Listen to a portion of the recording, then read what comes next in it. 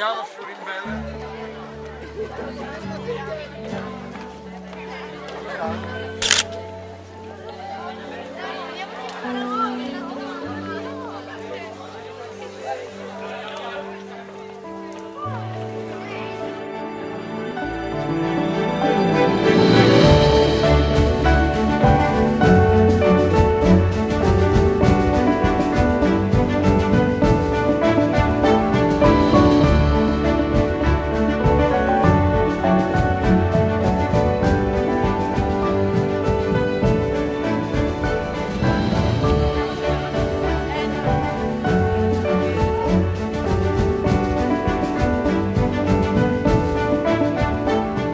Miesta sa k nám prihovárajú, hovoria o tom, čo bolo a pýtajú sa nás na to, čo príde. No to, čo sa v skutku stane, ovplyvňujeme my svojimi rozhodnutiami. Tak ako to kedysi urobil Don Bosco. Ale je naozaj také ľahké pochopiť, dôverovať, vzdať sa seba samého?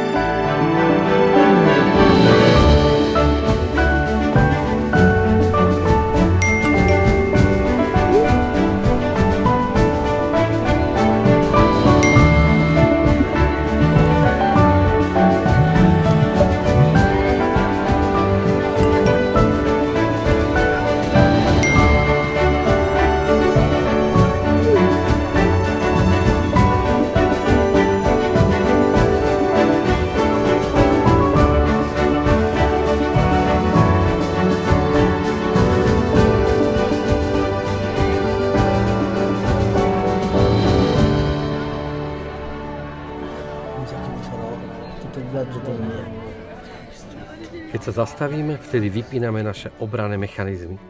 Keď máme vyvetranú hlavu, vtedy sme pripravení sa otvoriť. Keď na nás nikto nehovorí, vtedy k nám hovorí Boh.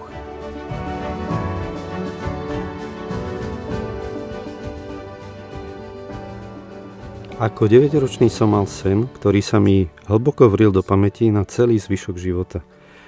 V sne sa mi zdalo, že som bol nedaleko nášho domu, na dosť veľkom a priestrannom dvore, kde sa zhromaždilo množstvo detí, ktoré sa zabávali. Niektoré sa smiali, iné sa hrali, viacerí z nich škaredo nadávali.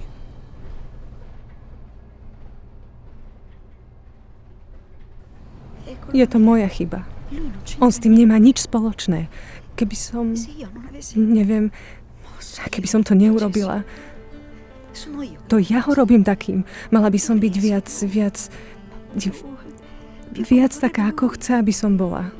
Miluje ma, vždy mi to hovorí. A vždy prosí o odpustenie. On ma miluje.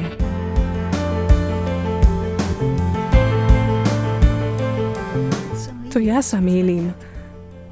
Ja ho nútim, aby bol taký, aký nie je. On ma miluje, ja sa musím zmeniť. On ma miluje. V Domboskovom sne z 9 rokov sú hrajúce sa deti vykreslené tak reálne. Sú to chlapci, s akými sme sa stretávali počas týchto 200 rokov a s akými sa budeme stretávať aj naďalej. Majú krásne príbehy, majú svoje problémy, sú ako zamotané klpko protikladov.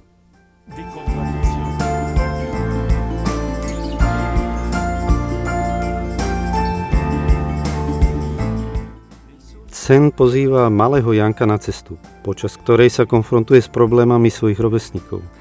Sny, ktoré my snívame, nás stavajú tvárou v tvár k ťažkostiam mladých ľudí našej doby.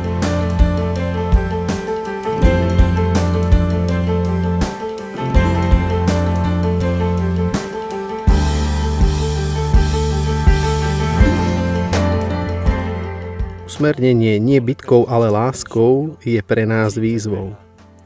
Viac ako kedykoľvek predtým nás núti ísť v ústretí mladým ľuďom. Musíme im byť na blízku, pretože nenávisti a násilia je stále viac. Náš svet sa stáva čoraz agresívnejším a my, pedagógovia, musíme byť alternatívou.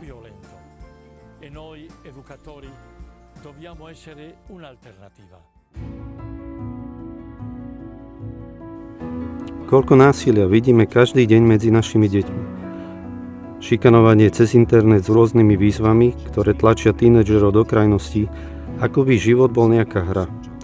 Ale v skutočnom živote neexistuje tlačidlo reštart, kde sa hra skončila. A je na nás, aby sme im to dali pochopiť. Ďalej je to verbálne násilie voči tým, ktorí sú odlišní, ktorí nespĺňajú určité štandardy krásy alebo ktorí majú fyzické problémy či inú farbu pleti.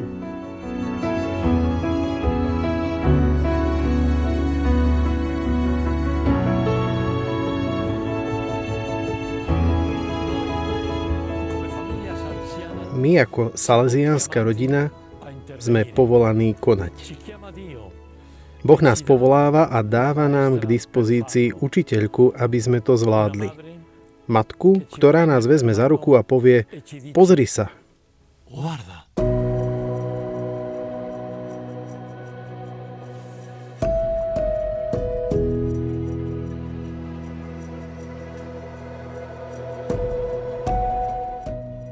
To nebola láska.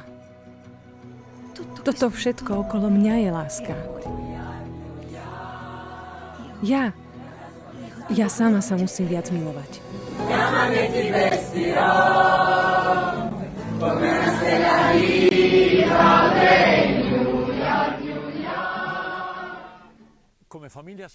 My ako salesiánska rodina sa musíme učiť pozerať tak, ako Janko Bosko.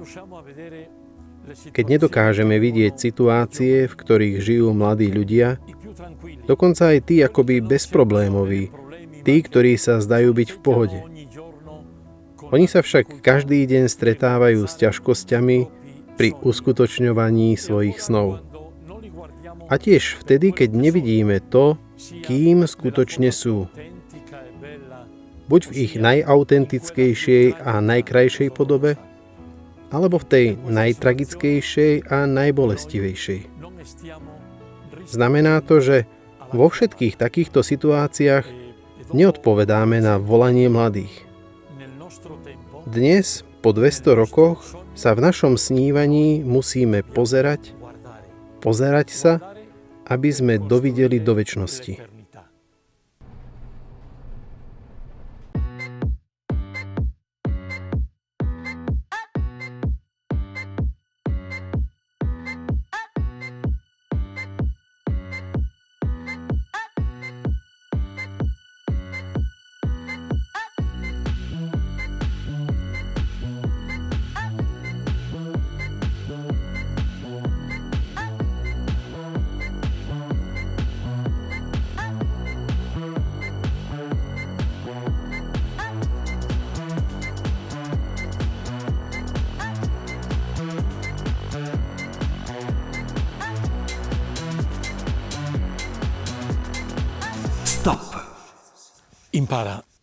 Uč sa.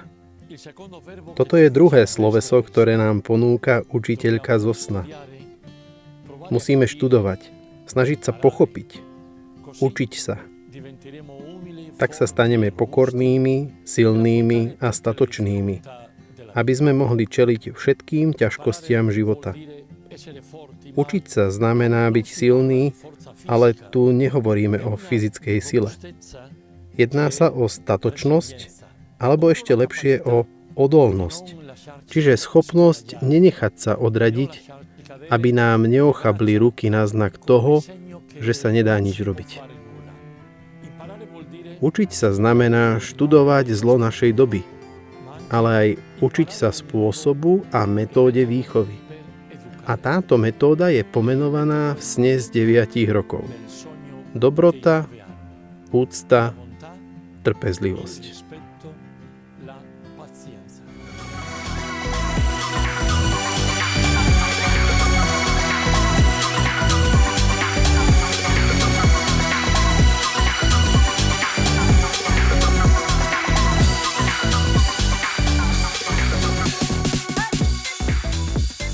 Neraz sú mladí ľudia ovplyvnení snami druhých ľudí, ktoré sa však často stávajú ich nočnými morami. Niekedy ide o rodičov, o skupiny priateľov alebo o vplyv spoločnosti. To v nich vyvoláva pocit nedôvery, ktorý ich blokuje. S nikým o tom nehovoria. Aj keď neupadajú do závislosti, žijú bez snov. Sú presvedčení, že nie sú až takí dobrí, nie sú na úrovni. Sú presvedčení, že v dnešnej spoločnosti, aby sa dostali ďalej a vyššie, musia robiť kompromisy a že budúcnosť neexistuje. Existuje len prítomnosť. Preto je potrebné skúmať so samotnými mladými ľuďmi ich sny a byť si pritom vedomý, že pre každého z nich má Boh nejaký sen. Projekt, ktorý on sám navrhol. Výslovne ho chcel. Boh sám nám ho ušil na mieru.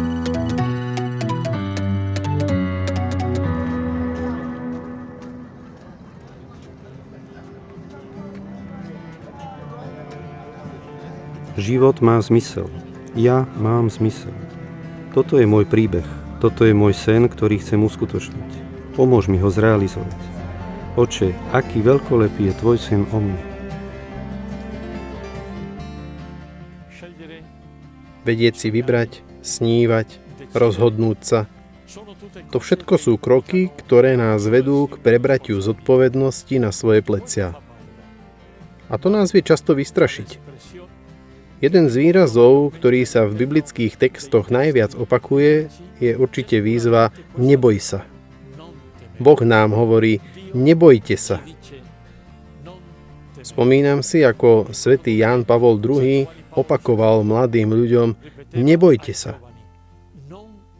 A ja ti hovorím, mladý človek, nemusíš sa cítiť neprimerane. Máš na to. Toto je tvoj sen.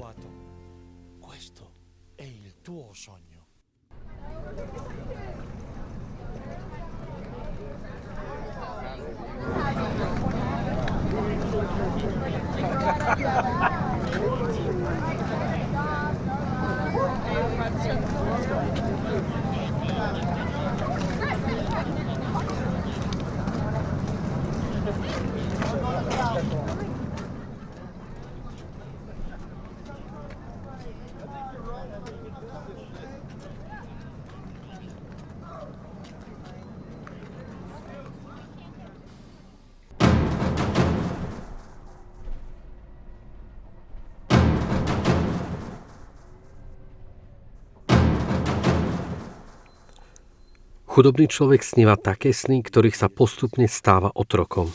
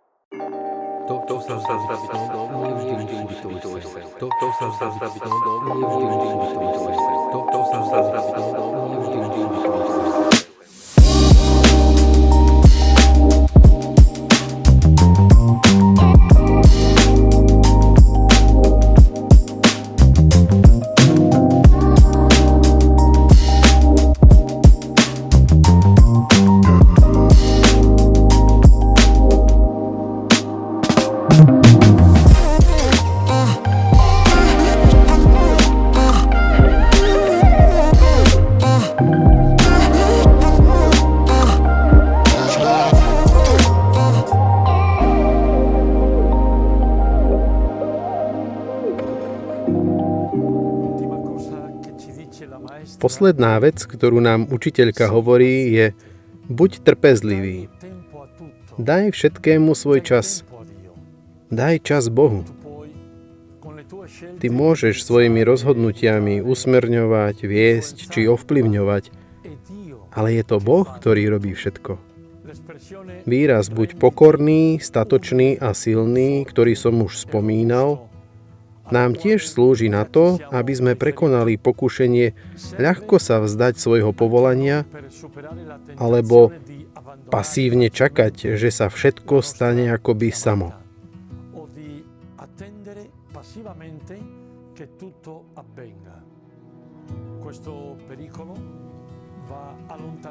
Toto nebezpečenstvo treba odháňať s pevnosťou a odzbrojovať pokorou tých, ktorí sú si vedomí svojich obmedzení, ale zároveň vedia, že sa môžu spoľahnúť na stálu Božiu prítomnosť.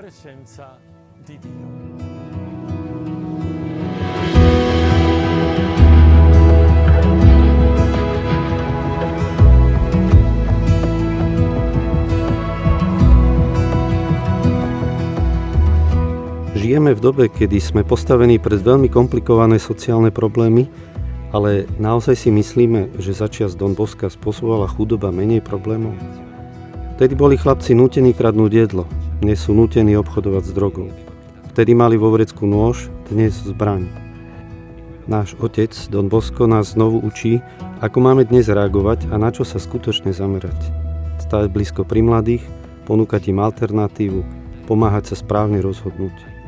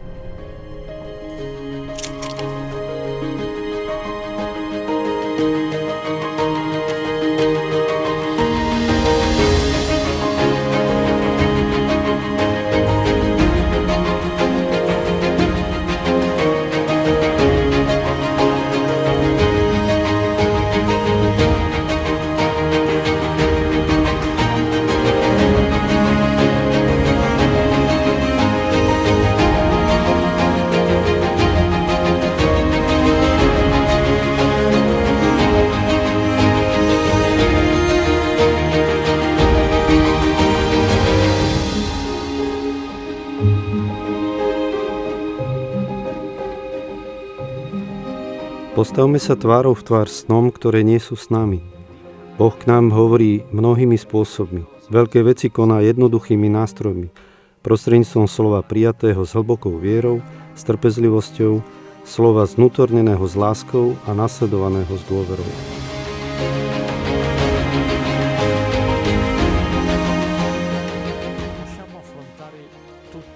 Všetkému môžeme čeliť ako Don Bosco, krok za krokom, s dôverou a nádejou v zmrtvých stalého Pána a Máriu, pomocnicu kresťanov. Nie sme sami. Nikdy nebudeme sami. Pretože na budovanie seba a svojho sna potrebujeme iných. Dôverujme a zverujme sa. Nájdime svoju skutočnú učiteľku.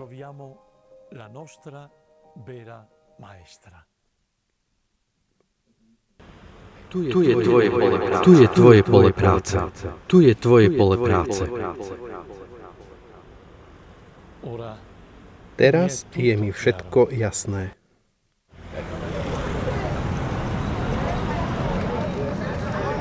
Sen nemá koniec, budúcnosť je bez ohraničenia.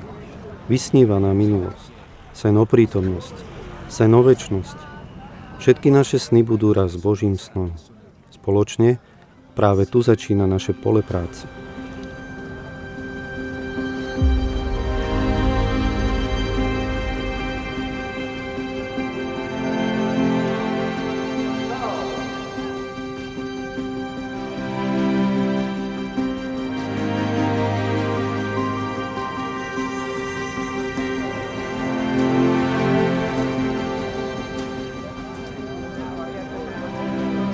Tu je tvoje pole práce.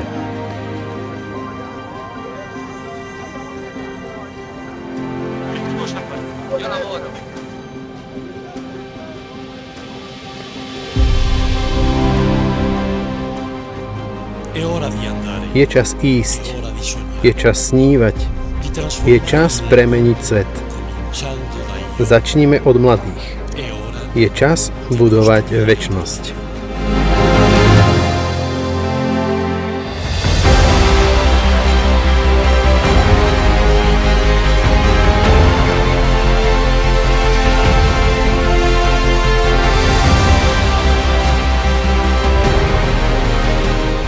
Sen, ktorý podnecuje k snívaniu. V snoch, čase, vo večnosti.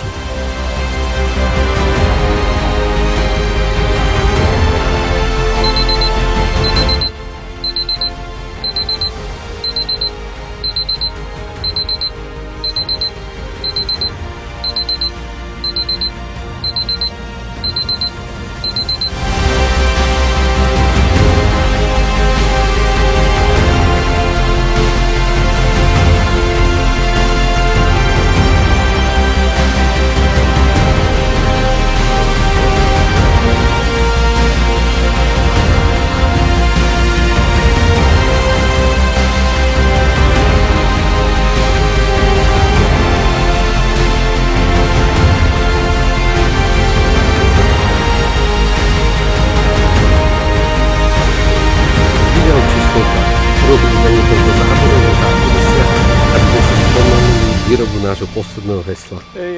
Áno, je to pravda. Toto bude posledné heslo. Trochu ma chytá nostalgia, pretože od určitého času je veľa tých posledných vecí. Nazdar, chalán.